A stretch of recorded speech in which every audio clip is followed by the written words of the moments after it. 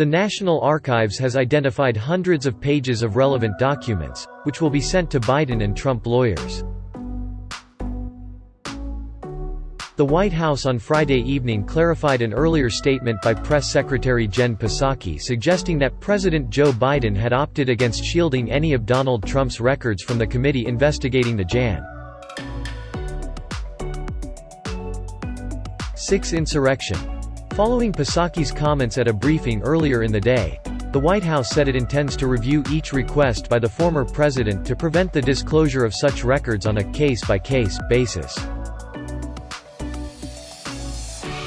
Psaki intended to refer to a decision weeks earlier by the Justice Department not to invoke privilege to block officials from providing documents and testimony to the committee. During Friday's White House press briefing, Psaki told reporters that members of the Trump administration haven't reached out to suggest protecting any of the records and that they don't have regular communication with the former president or his team. "I would say that we take this matter incredibly seriously. The president already concluded that it would not be appropriate to assert executive privilege," Psaki said.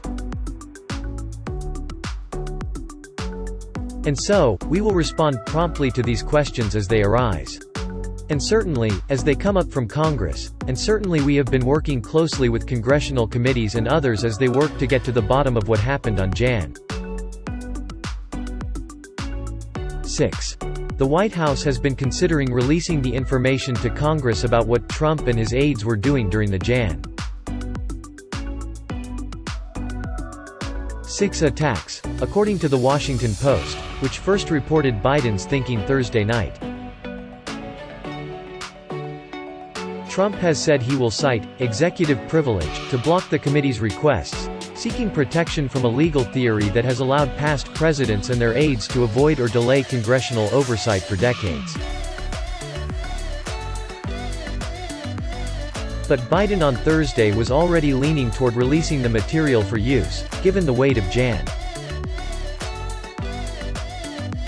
6 and what it meant for American democracy, according to the Post. The House panel, which is examining whether the White House or Trump allies tried to delay the certification of the presidential election, sent a letter to the National Archives on August 25, requesting any documents and communications within the White House on January 6 that relate to the insurrection. The National Archives has identified hundreds of pages of relevant documents, which will be sent to Biden and Trump lawyers, as required by statute.